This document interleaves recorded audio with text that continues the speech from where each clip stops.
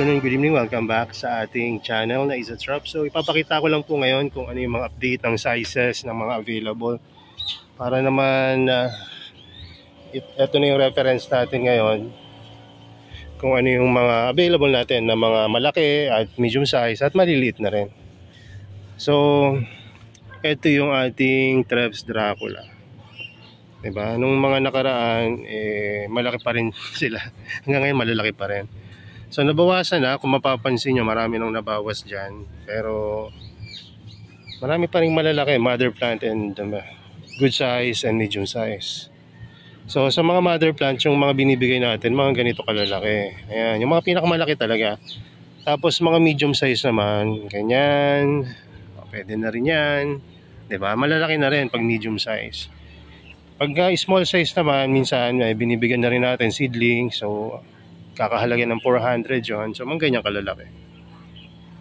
Pero kung ako sa inyo, bilhin nyo na yung good size, yung tagpo 500 and 800. Kasi 100 lang yung difference, ang laki na ng pagkakaiba. Ang advantage nyo lang pag seedling, mas matibay yan pagka naalagaan nyo. Tapos marami ring traps kasi maliliit pa. So good siya pang umpisa. So sa mga iba naman, sundan natin yung iba. Ito naman sa Black Star. Ito naman yung mga seedling size ng Black Star. Seedling size siya pero malaki pa rin. So yung ginagamit nating size reference yung piso na bago. Ayan, mukha lang luma to kasi ilang beses na itong, ito na lang ginagamit. So ito naman yung Clone 5. Good size rin yung Clone 5 natin. Hindi na ganun kalaki, pero hindi na masama dahil may malalaki pa naman tayo. Ayan diba? So ayan yung Clone 5. So inuuna ko yung mga malalaki mamaya na yung mga medium and small. So ito naman, sumunod na malaki ay yung reverse trap or Umge Krenfel. Ayan, marami pa dyan. So ayan, good size yung mga Umge Krenfel natin. Sumunod na malaki ay itong Sunrise. So hindi ito by yung pinakamalaki hanggat sa pinakamaliit. Randomly nag-choose ako ng mga may good size. So check nyo na lang. Ayan yung mga Sunrise ngayon. Ito naman yung Holland. Ayan, malalaki rin ng Holland. Hindi ganun kalaki, pero malaki kasi ang cultivar na Holland. Pagka good size talaga yan, malalaki. As in, malaki yan. Ang ganyan kalalaki ang Holland talaga.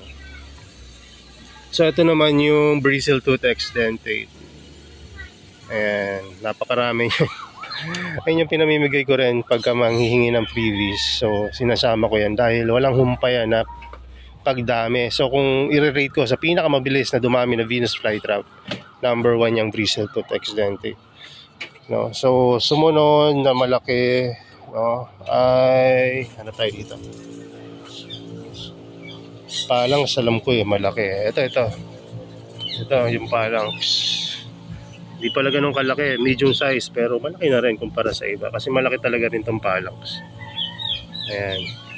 Tapos ito naman yung Polish Dracula. Mga Dracula ngayon ang lalaki. Polish Dracula. Sumunod ay yung ito, Sticronos. Pakita ko na rin. Sticronos. Malalaki rin yung Sticronos natin ngayon. Tapos itong mga alien. Ayan, ganyan yung mga size nila. So mas binibigay ko yung maraming traps kasi mas gusto ko na dumating sa inyo na buhay kaysa bigyan ko kayo na medyo malaki-laki pero ilan lang yung traps. So halimbawa ito ibibigay ko. Alam ko baka pagdating sa inyo yan, baka tatatlo na lang yung traps, hindi kayo maging masaya. Kaya binibigay ko mas maraming traps pero medium size naman siya. Tapos ano pa ba? Ito, yung Lagrus. Ayan, malalaki yung Lagrus. Diba? Ayan, Lagrus yan. So ito tayo. Chandron, marami ring malalaking Chandron. Ayan. Ayan. So kailangan na siguro itong ilabas, para mas kumulay at mas tumaba yung petiole. Tapos ito palang mga mother plant na mga major rare natin like Lips and Lashes, B52 Slacks Giant, sobrang lalaki. Ayan Tapos ano pa ba itong malaki dito? Yan, ARPC. Basta yung mga pinakamalalaki dyan na mother plant, binibenta ko yan. Kaya lang hindi mura, no? 5K mother plant. So, kung maliliit lang naman, umaabot lang naman yung 1,200 dyan. So, pagka malaki kasi, sa totoo lang, discourage ko na maibenta kasi nga, paparamihin pa natin. Pero yung mga gusto talaga, no, na malalaki, tulad nung pupunta mamaya na bisita, gusto nila yung pinakamalaki talaga na meron tayo. At okay lang sa kanila na medyo mahal kasi nga, kailangan naman nila and group sila, no, gagamitin nila yun sa isang science experiment, no. Sila yung mga nursing student from school sa Parañaque. So, pupunta sila dito mamaya, bibili sila ng malaki. Ewan ko kung ano mapipili nila. So kaya binibenta ko yung mga malalaki ko na hindi ko dapat ibebenta, pero syempre hindi naman rin pwede na murahan natin yung ganyang kalalaki dahil ilan pa lang yung ganyan natin. Actually, isa lang yung pinakamalaki natin dyan, tagi-isa. Diba? So ayun yung mga malalaki ngayon. So sumunod na malaki, medium size, hanap tayo. Medium size natin ay ito, yung B52, no? Actually, next year, kung makapaghintay kayo, next year na kayo bumili ng B52. Bakit? Kasi sandamakmak yung B52 na meron ako next year. Ayan, tapos ito naman yung UK Soles. Medium size na lang si UK Soles. Ngayon, maliliit na. Tapos, ano pa ba? Ito, sinagtala to. Ay, D6XL pala to. D6XL. Ayan, maliliit pala si D6XL.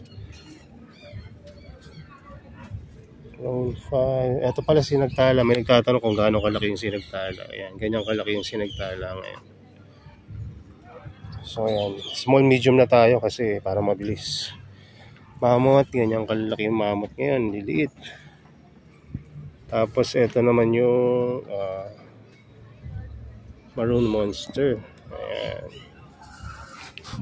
Tapos ito naman yung CB Plama. Dapat pala medium to. Good size. Ayan. CB Plama. Tapos ito naman yung Clone 3. Ayan, maliliit na yung si Clone 3 ngayon. Tapos ito naman si Cocolage. Diba? Good size pa rin naman si Cocolage. Tapos ito naman si Red Piranha. Nakikita pa ba dyan? Medyo malabo. Ayan, Red Piranha. Tapos ito naman si DMDZ. Ayan.